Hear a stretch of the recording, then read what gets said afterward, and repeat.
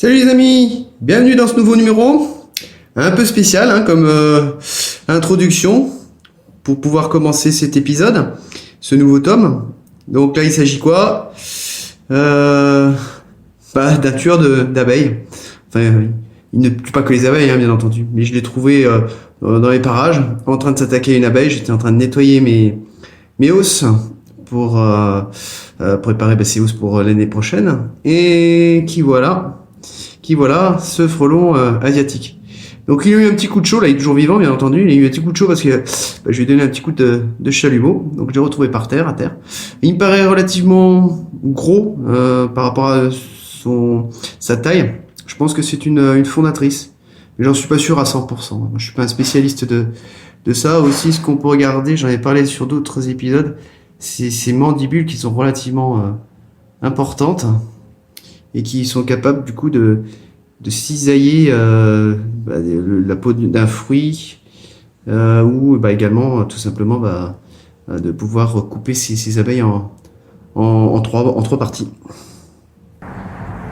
Donc passons à la suite des sujets. Je vais pas en aborder beaucoup aujourd'hui parce que ça consistera à faire exactement les mêmes manipulations que j'ai effectuées auparavant, à savoir préparer à l'hivernage. Sachant qu'aujourd'hui on doit être le 2 ou 3 octobre dans ces eaux-là.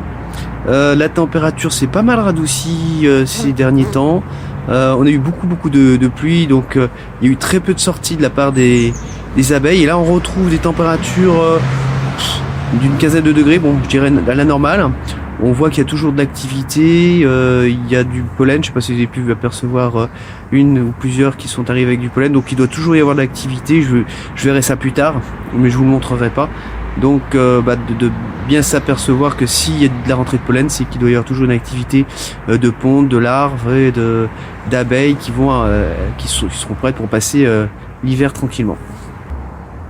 Et bien sûr, comme j'ai pu le montrer, c'est de vérifier l'état des ressources, apporter s'il y a la nécessité, ne pas apporter s'il n'y a pas la nécessité, en fait de sirop, de ressources s'il y en a ou pas suffisamment, d'adapter également la taille de la ruche en ajoutant une partition et en retirant 1, 2 voire 3 cadres pour pouvoir réduire l'espace et de manière à ce qu'elle passe un hiver de manière plus confortable pour pouvoir assurer une température suffisante à l'intérieur de cette ruche. Pensez également à retirer une guêpe. Je disais que ça attaquait pas, c'est très rare, ça arrive de temps en temps que les guêpes s'attaquent, mais elles sont en règle générale plusieurs à attaquer une abeille, ou la plupart du temps elles attaquent à terre lorsqu'il reste des cadavres, quand elles sont mortes mais c'est très rare. Et puis c'est pas un fléau aussi impressionnant ou aussi embêtant que peut l'être le frelon asiatique. Oui, alors ce que je disais aussi, pensez à retirer vos traitements en fonction du temps que vous préconise le vétérinaire ou sur les indications que vous retrouvez sur la boîte de médicaments. Toutes les indications, bien entendu, peuvent vous l'indiquer. Pensez à mettre aussi, je sais plus comment ça s'appelle, ces portes pour pouvoir faire en sorte qu'elles arrivent à mieux se préserver, mieux se défendre par des intrus, et notamment aussi ça peut être des pilleuses venant d'une autre ruche, d'une autre colonie, voulant piller le stock. Et pour conclure, alors ce que je ferai mais ce que je ne montrerai pas, donc tout ce que je viens d'expliquer, c'est ce que je vais effectuer comme visite, bien entendu assez rapide, relativement courte, pas trop traînée non plus parce que les températures ont pas mal baissé, ça chamboule un petit peu tout, et donc je vais vérifier tout ça et rajouter également du sirop si besoin. Sinon à l'arrière de la ruche, vous voyez que j'ai la tirette là ici, où on voit qu'effectivement il y a de l'activité. On voit également qu'il y a certainement du varroa. Ouais, il y en a quelques-uns là, il y en a pas mal là. Donc c'est normal qu'il y ait de la chute. Il y a quelques débris, quelques ailes, un peu de pollen. Alors ce que je vous conseille de faire, c'est, ça vous donne des indications, c'est toujours intéressant de savoir ce qui se passe. Ce sera d'autant plus intéressant quand on sera en plein hiver et qu'on pourra pas ouvrir la ruche. Par contre, ce que je vous conseille de faire, c'est quand même de nettoyer ça, parce que bon, on rentre dans une saison d'automne. Il va y avoir de plus en plus d'humidité, pas mal de pluie. Sachant que ça, je vais le laisser encore un mois, ou en fonction de l'avancée par rapport à la température. Comme je l'ai précisé auparavant, ça permet à la ruche de conserver et de l'aider à conserver une bonne température. Et pourquoi le retirer? Parce que oui, je parlais d'humidité ou quoi que ce soit, ça va moisir tôt ou tard. Aussi, dont on s'aperçoit de temps en temps à l'approche de l'hiver ou à la sortie d'hiver, parfois on voit des œufs qui traînent. Donc c'est signe que soit la reine commence à repris un petit peu la pente. Mais pourquoi on retrouve des œufs? Parce que de temps en temps il y a des fluctuations de température, et de temps en temps les abeilles se disent, ou les ouvrières, c'est pas le moment, donc elles ont tendance à retirer les œufs et les refaire tomber, tout simplement.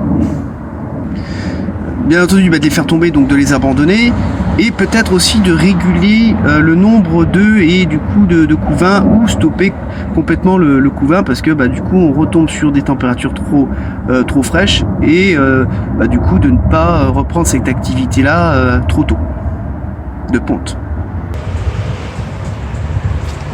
Alors chose promise, chose due, là je suis en plein nettoyage de hausse, où je gratte cadre par cadre, donc pour pouvoir les rendre propres.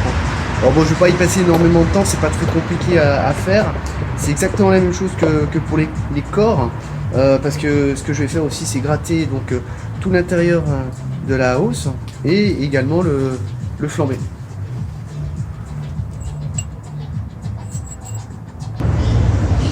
Alors cette étape, elle consiste uniquement à tenir un état d'hygiène satisfaisant. Ah bah tiens, heureusement que j'ai quelque chose là. Je disais, donc c'est uniquement pour avoir donc de bonnes conditions d'hygiène satisfaisant pour la ruche, pour les abeilles. Et puis également il s'agit quand même de miel qui est consommé par l'homme. Même si l'abeille va devoir le nettoyer, ça permet de favoriser, je dirais, ce bon état d'hygiène. Donc je gratte un peu partout comme ça. Soit disant au passage aussi, je récupère la cire, toujours récupérable. Il y a aussi pas mal de propolis, mais ça bon, je ne le récupère pas. Je le mettrai directement dans le sérificateur. Voilà. Hop.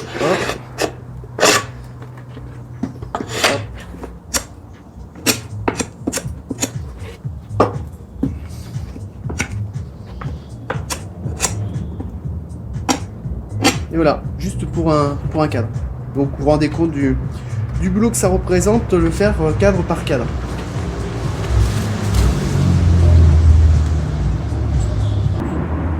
Alors cette fameuse étape de nettoyage aussi vous permet de vérifier également cadre par cadre par rapport à leur état, et de se dire est-ce que je conserve le cadre, enfin la cire, ou je la fonds et je la change. Donc là elle est quand même plutôt claire, je peux la conserver. Alors en général vous pouvez utiliser un cadre pour 3 voire peut-être 4 récoltes. 4 ça commence à faire pas mal. Après à vous d'en juger par vous-même. Quand elle commence à être foncée, pensez à vraiment changer votre cire et de récupérer cette ancienne cire pour pouvoir la recycler. Donc nous voilà sur la hausse, entièrement vide de ces cadres que j'ai nettoyé un à un. Et c'est surtout cette partie-là qui est la plus importante à nettoyer. Comme vous pouvez le constater, bon, toute la propolis qui est là, on voit parfois aussi des morceaux d'abeilles, des ailes, des pattes, parfois ça arrive qu'on écrase de temps en temps des abeilles. Et puis aussi ici, je sais pas si on voit bien, toute cette propolis là à gratter. Et parfois aussi on retrouve de temps en temps des faustagnes. Donc ça, alarme. Ça c'est pas bon quand c'est de la faustagne. Donc ce que je vais avancer ici. Il y a aussi là. Comme ça. Je vais faire rapidement. Hein. Et ensuite, j'enlève les gros morceaux qui se trouvent en surface. Et après je retourne et également là, je gratte toutes ces parties-là. Et ça rendra. Enfin, on voit tout de suite que c'est beaucoup plus propre. Et aussi ici. Donc hausse par hausse, là aussi ça prend du temps. Mais c'est la partie la plus importante quand même. Autant les cadres, je sais pas si tout le monde le fait, si c'est vraiment indispensable. Autant ça, pour moi, c'est une partie vraiment indispensable à nettoyer avant de les réutiliser l'année d'après. Nous voici donc sur la dernière étape. Donc j'ai déjà commencé un petit peu à flamber à ce niveau-là. Et ici, vous voyez, on va voir la différence. Vous voyez que là, ça noircit. Alors, je sais pas si on voit bien la caméra. Je vais peut-être la rapprocher. Juste pour vous montrer jusqu'où il faut brûler. Bon, bien entendu, il ne faut pas brûler votre os. Mais je sais pas si on voyait, il y a des petites bulles qui se font. Ou dès que ça noircit un petit peu, dès que ça suinte, dès que ça sue, et ben c'est que c'est bon, ça suffit, pas besoin d'insister plus. Donc ça permet vraiment de finaliser d'une manière vraiment, enfin à la perfection, de manière très correcte. Hein. Voilà, là on le voit bien, là. Ici, on voit que ça, bon là j'insiste un peu trop. Hein. Vous voyez que ça noircit et à la fois ça sue. Et là c'est bon. Et donc faut faire tout ça sur toute la surface, donc pas la peine de le faire à l'extérieur bien entendu,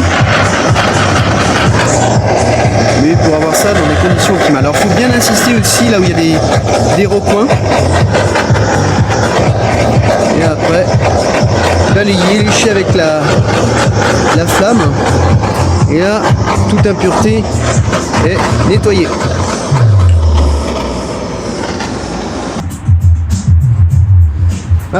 Sur ces bonnes paroles, l'épisode arrive à sa fin, arrive à son terme.